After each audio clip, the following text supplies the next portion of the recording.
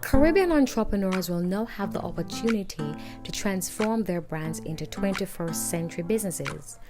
Thanks to Dr. Ife Badejo, the founder of Produce Wealth Revolution Agency, an organization committed to empowering entrepreneurs to be global leaders in the world. Dr. Ife Badejo joins us for this week's Digital Tuesdays to share how Caribbean entrepreneurs are able to succeed within the digital space. Hi everyone, and welcome to episode 3 of Digital Tuesdays. I am your host, Keon Baz, CEO and founder of Hekaya Media.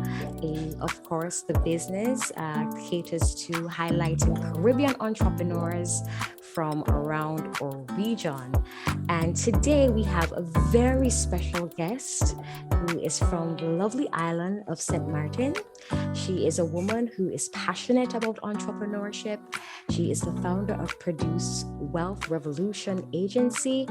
Her organization is committed to empowering innovation in entrepreneurs so they can change the world. Everyone, please help me in welcoming Dr. Ife Badejo. Ife, thank you so much for joining us for Digital Tuesdays. Thank you so much for having me. What an introduction. This is an honor. Yes, I remembered when we first met, actually, of course, through Henika Watkins Porter. I have to say hi to her. My dear sister. Yes. And the minute we connected, there was a sort of kindred spirits, if you'd like to call it that, because we're both passionate about entrepreneurs and what is it that they can offer, not just to the Caribbean, but also to the world. Speak to me a bit, 2018, that moment where you said, okay, I would like to start an agency that will serve entrepreneurs and, of course, push them to the next level. Yes. So in order to tell that story accurately, I need to go back a little bit. No problem. So I've always been in entrepreneurship development. When I was about 18 years old, I got certified as a youth entrepreneurship trainer. And I had seen this young man, the last activity, this young man, he was 8 years old. He came in with 2 young ladies. He showed a 90-second video clip. He did a 90-second pitch as well, highlighting the fact that he wanted an investment of $1,000 to start his lemon stand franchise that will be the number 1 lemon stand franchise in the southeast of the United States of America. And I was floored. And in that moment, I'm like, wow, he's 8, I'm 18. I literally felt like, what have I been doing with my life, right? Because this gentleman came in swinging. Yes. He was so talented.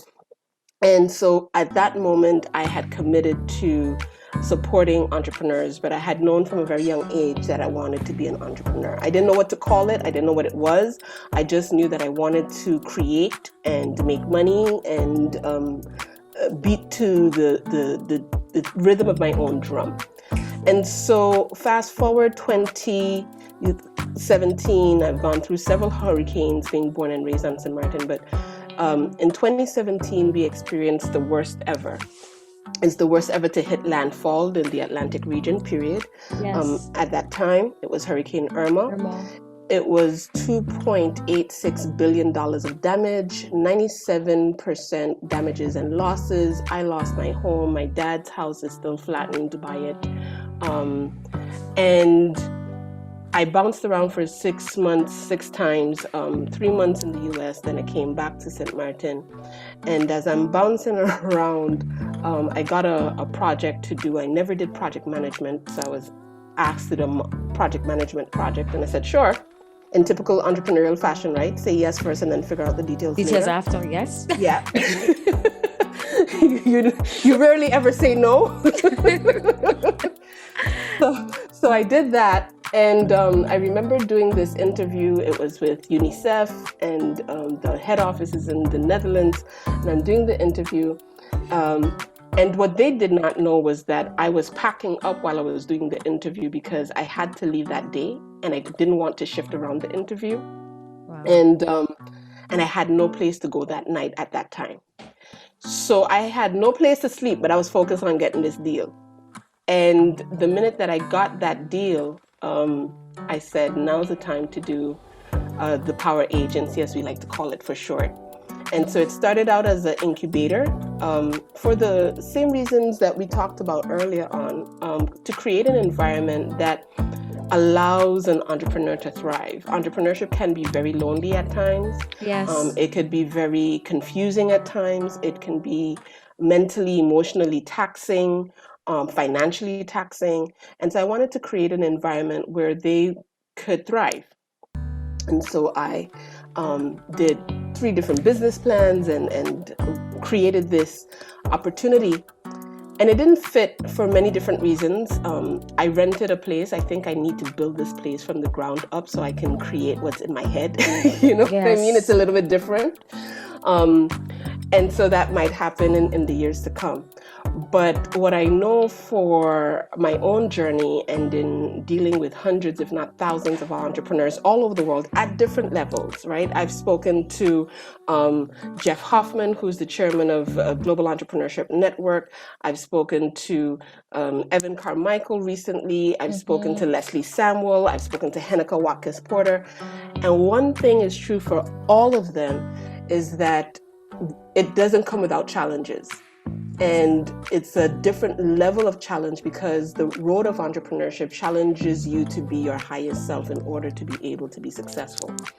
In other environments, you could skate by, but you can't skate by. You can't skate by entrepreneurship. Yeah, that's true. And so I wanted to create that environment and provide, more importantly, the resources to thrive.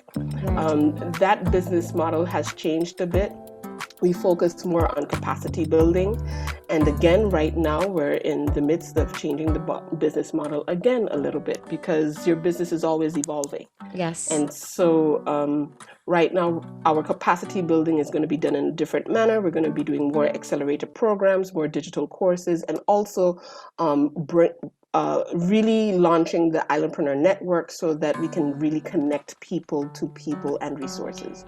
So that's where we're at right now with the Power Agency. Also, having said that and heard everything that you have pretty much put into the Power Agency, from your experience interacting with entrepreneurs, speaking with them, what are some of the challenges that you found that they were experiencing? I think there's 2 main challenges, particularly with entrepreneurs, as I've experienced it, not just in the Caribbean, but I tend to see it more so in the Caribbean. It's either that they don't see the value in them enough, the way that the world sees them, and therefore does not put out things of a different level of value, or they overvalue themselves. They have a little sense of entitlement, for lack of a better term, and don't work hard enough for what it is that they want. Wow. And so those are concerns of entrepreneurial behavior, right? So that's more about you, entrepreneur, know thyself. Yes, I love that. Know thyself. Know thyself. It's part of the journey. For success in general, but especially if you're going to be an entrepreneur, it is part of that journey. Some other concerns are that we are not producing enough online. That's one of the reasons why I love the work that you're doing, because you're dedicated to that and showcasing that. There's so much information out there, and we think that we've tapped it out, right? We think that, oh, well, YouTube's been out there for a while, and this has been out there for a while, and so why would anyone want to listen to me or go online to get to me? But you haven't been out there for a while. Right. So you need to, the world is looking for different, and different is island as well. Different is the way that we talk, the way that we put together colors, the way that we cook our food, our little twang and our accents, and that's all different. It's one of the reasons why I love Hekaya Watkins Porter. She has character of gold, but she stays so true to herself. Yes. In a world where you may feel the pressure to conform to what you see, right? So it's that's one of the concerns, that we're not putting out enough digitally. We're not embracing digital enough. We know how to go online to um, look at other people's information. We know how to go online to buy products. A friend of mine would say we know how to go on Facebook to macro the book. In other words, to look for other people's business. Right. But we don't spend enough time or the same level of energy creating and producing. And so those are some of the concerns at the moment. And also in the broader scheme of things, if we don't, we will become obsolete. That is true, because believe it or not, authenticity is so important. Yeah. Within this business, or in the world of entrepreneurship. Yeah. It's not trying to be like someone else. You really have to, know your worth and know what is it that you're bringing to the table, but also understand that it takes work and perseverance. That's right. In order to make that happen. You wanted to say something? Yes, because what you say is so true. Your buyers know when you're faking it. Yes. So even if you just wanted to look at it from a money perspective, your buyers know when you're faking it. Your customers know when you're faking it. If you're dealing with partners, your partners know when you're faking it. In 2020, I had to be honest even about my own mental health in a professional setting, which on islands and Caribbean people is unheard of. You don't tell people when you need a mental health day. It's seen as weakness. It's seen as weakness. And so I had to humble myself, because I had to be totally transparent in order to be able to move on in the project.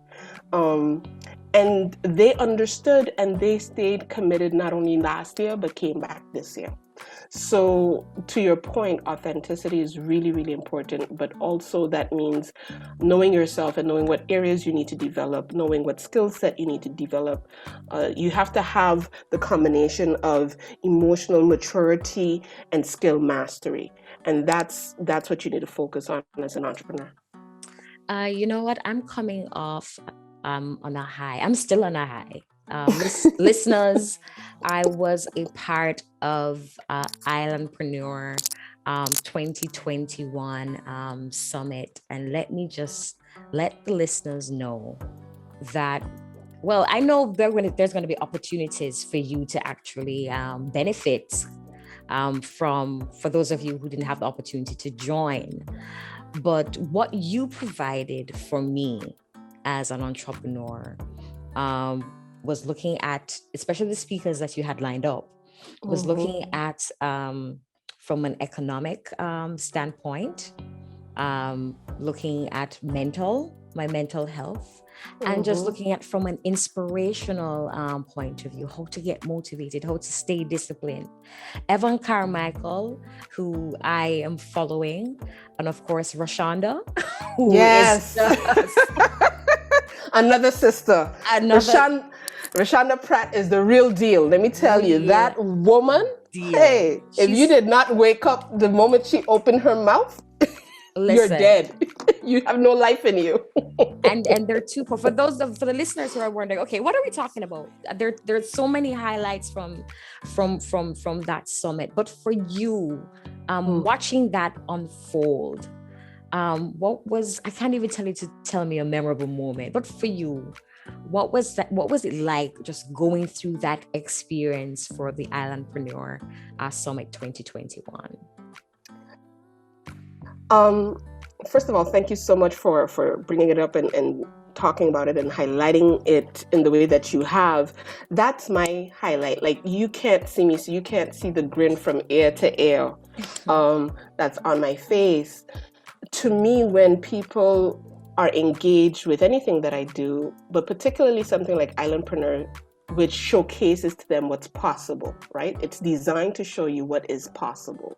What's possible economically, what's possible personally, what's possible in media. It's designed to give you that so that you could leapfrog to your next level. It is very, very humbling when I get that kind of response. That to me is the biggest highlight.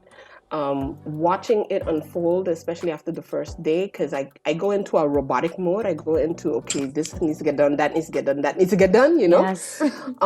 So you're not always enjoying the moment, and I've learned and still learning how to stop and enjoy the small wins and enjoy that moment. After the first day, I was like, oh wow, I just did that. Okay, the team is still here, everybody's still alive. We just did that. Okay. And then the next day was another powerful day. And so I take great pleasure and joy to get the responses from you. I've gotten responses also from other people who said, wow, Ife, we did not expect it to be at that level, the way that the content, the speakers, the way that it was put together, it was next level.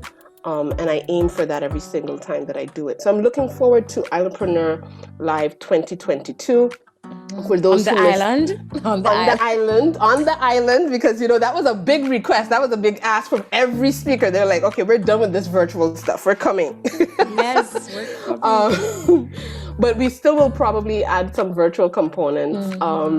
And for those of you that are listening and would still like to get the replays, they are still available at a low price at the moment. It will change later on, so get it while you can. You can always go to connect with me. I'm sure Kayan is going to go ahead and put information out there, but you can still get the replays or order the replays. They're being worked on right now. Yeah, it's so important. I think when you look at entrepreneurship, it's really about building a community. Yeah. We have to be able to strengthen each other, and when there are the low points, and one of the things that Evan Carmichael, in terms of his motivation to continue, is when he talk about we're built to serve. Yeah. And he is of this his belief is entrepreneurs are going to solve the world's problems. Yep. That's it. It's not just going to be about government policies and, persons who are working within the private sector to outline things on paper. And I'm sure they're doing great work. But for those of us who, our everyday lives, what we go through, every entrepreneur has a story. We saw an issue and we came up with a practical solution to literally mitigate against those actual challenges. So again, Islandpreneur 2022, I'm looking forward to it. But this is leading up to my next question, though. For aspiring, I'm gonna use your term that you've coined for aspiring Islandpreneurs. What are some of the attributes that you think they should come to the table with? It's the same three components that were part of the theme of this year. They need to come smart, they need to come digital, and they need to be prepared to go global. Smart is not, when people hear smart, some people might feel a particular way about it because of how we've treated the word smart. But smart is just being able to think things through. To be able to seek information, to be able to connect the dots, right? People that can connect the dots tend to be smart, and you may connect the dots in your body in a different way. So then you're physically smart, or you may be able to connect the dots in music, or you know what I mean? So that for me is very important, that whatever is the area that you get to connect the dots, that you're able to do so at the best of your ability and be the best person for it. So that's smart. And then digital is a bit self-explanatory, but I have to say it over and over again, because in 2019, when I spoke at a conference on the island of Curacao, and that was one of their keynotes, I did some research. And so the digital economy at that time was 2.9 trillion US dollars. That was less than 6 months before we had a global pandemic announced. And within the first half of 2020, in a global pandemic when most of the world is shut down, the digital economy more than quintupled to 11.4 trillion US dollars. That's not million, that's not billion, that's trillion. That's 12 zeros. Just so that our listeners can get a true picture. Yes, because when I wrote it out in the word, I didn't do nothing to me. But when I wrote it out as the number, I was like, oh, wait, hold on. There's still zeros to count. It is 12 zeros. And it doesn't mean that digital means completely digital. It means that digital is the platform in where you engage with your clients or partners, or, you can go completely digital if you want to, but if that is not being incorporated into your business, I don't see how you're going to survive in not just the 21st century, but in the next 2 years. I just don't see how that's possible. Where would a tourist find the tour guide? Where would the foodie find a restaurant? Where would the fashionista find clothes? They go online. So I don't see how that's possible at this particular stage. And COVID and the global pandemic sped that up. We were already at the impetus of it, but it sped it up. But we're still at the beginning. We have no idea what the next 10 years is going to look like when it comes to digital economy and marketing and things of that nature. And then global. I think we underestimate that once you're playing in the digital space, you're already playing global. You have to speak to your audience, and they may be from wherever in the world, and they just get you, but also be prepared to level up to a global standard and not just accept certain kinds of behaviors because I'm from the islands and so that's how it is. Because if that was the case, I would never do Islandpreneur. Yes, that's true. If that was the case, me being from one of the smallest islands in this region, 16 square miles on the Dutch side alone, I would have never dared to think to do something like Islandpreneur Live. It reminds me. It reminds me of a quote that I saw that every new level demands a different you. That's right. That's exactly it. You can't just stay at that particular point because you're gonna. I'm all about culture, but there's a space and time for it because you're interacting again, as you said, within a global space. So you have to navigate, and again, goes right back to what you said. Think smart. Be smart about the approach. Listen, because my thing about culture is this: I bring culture no matter if I'm in the boardroom or on the beach. So because it's part of who I am, right? But what am I going to highlight? Am I going to highlight the best of my culture or the worst of my culture? Key questions. What do I want the world to see when they see an Islandpreneur? Do I want them to see somebody who's always late, doesn't have their stuff together, blaming other people and situations for things? Or am I going to level up? And it wasn't as if I wasn't that, because I've been that. But am I going to grow into the person who understands that she's playing a global game, and so that means that time is literally money? And that I have to value people's time. Am I going to showcase the best of who I am and the best of what the islands have to offer? Or am I going to just accept what's mediocre? And nobody wants mediocre. Nobody wants number 2. Everybody wants number 1. That's true. That is so true. I'm just so happy that you brought that together, because when you're within the Caribbean, for our listeners, there is a certain mindset that, there is not enough to go around. Yeah. So we place ourselves in a box, and sometimes I don't want to use the word fight against each other, but we have this mindset that, okay, this is my space, this is what I'm focused on, and I'm going to fight to keep this, but not realizing that within the digital space, you have the opportunity to just connect with how many people are in the world. We're at about 7 or 8 billion now, 8 billion. Yeah. People.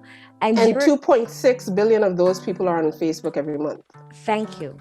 So for those of you who are listening, get out of that mindset of, oh, little me, and I have to have this carved out for myself, but definitely think smart, think digital and think global.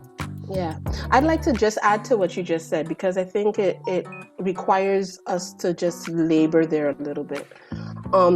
There are some universal truths, and if you think that the world has limited resources, then you're in a mind of scarcity. And I started out studying economics, and that's one of the first fundamental principles, that there's scarcity, and because there's scarcity, there's necessity for competition, and everybody's trying to get a piece of the pie.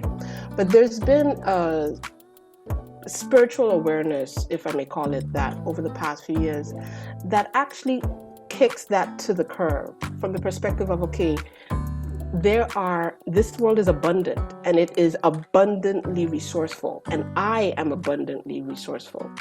And therefore, I don't have to compete once I'm being authentic. You see, you only get to compete when you're being a copy. You have to compete with the original if you're going to be a copy. Powerful. But if you are the original, you don't have to compete. That is powerful.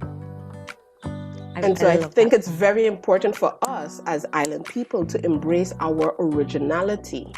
Yes. And you know, that it's unwise to compare. It's okay to take lessons and admire and, you know, use other people's successes to inform you and get to know them, get to find out how they overcame some of their challenges to be successful. But this mindset that you're referring to, which is prevalent, where people are saying, okay, well, if that person is doing that, then I can't why not? If you're in the same space, you're going to do it differently. I'm a speaker. There's many amazing island speakers. I'm telling you, some of them. But you have your voice. But I have my voice, and I have my story, and that is uniquely mine. That's and powerful. So I think it's very important for us to embrace who we are, divinely created to be, and then leverage that. Lay our foundation of everything that we are on that. And once you do that, there's no need for competition. Now we start to talk about collaboration, which is the fun part, right? Because I said a few years ago, and it still holds true, if you're not collaborating, then you're competing. And if you're competing, you're failing. Wow. Gems. That is so true. Collaboration is the future. It is the now. It's the now. It's the now. It's how everybody gets anything done. I mean, we are still in a pandemic. How do you get things done? You call up people that you know. Hey, can you assist me with that? Hey, can you assist me with that? Or you say, listen, I want to strike a deal with you. I'll do this. You do that. You know, it's about mutual exchange of value. But that means that you have to see yourself as valuable. Yes. And you know what? We could talk all day. I know, right? But just for our entrepreneurs or digital entrepreneurs too, what is your formula for success? When I saw that question, or when you told me that might be one of the questions you would ask, that really stumped me, and it still stumps me, because I don't think that there is a formula of success. I think there is a journey that requires to be successful. And if you're going to live your best life. And I think that journey is, first of all, rooted in the divine, in your spirit man, and then is expressed in your creativity and in your gifts, and is honed in and pruned by some of the world's biggest challenges. I don't really see that there is a formula for success, because then that would mean that everybody should be successful, right? 1 + 1 = 2. So it works whether it's in Chinese, whether it's in Indian, when it's in Martian, 1 + 1 will always equal 2. But I don't think that that's how success goes. And so success for me is about being spiritually grounded, about being most authentic to myself and to those around me, and about ensuring that I'm living a life of purpose.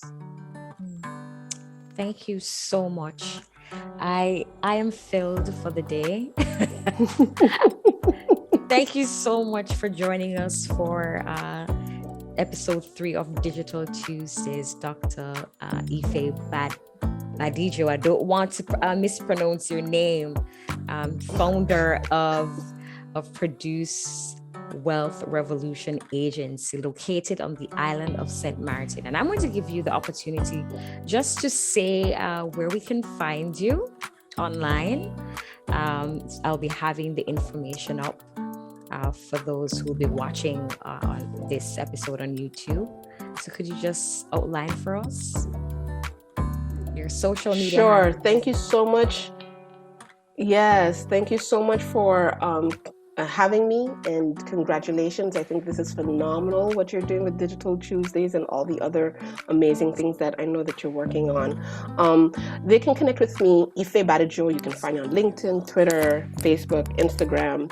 I'm more active on Facebook and LinkedIn, but you can find me on all of those platforms. I'm doing better this year in making sure that I'm staying connected on all of those platforms. Yes. You can also connect with the Power Agency at experiencepwr.com. That's experiencepwr.com, or the PWR Agency.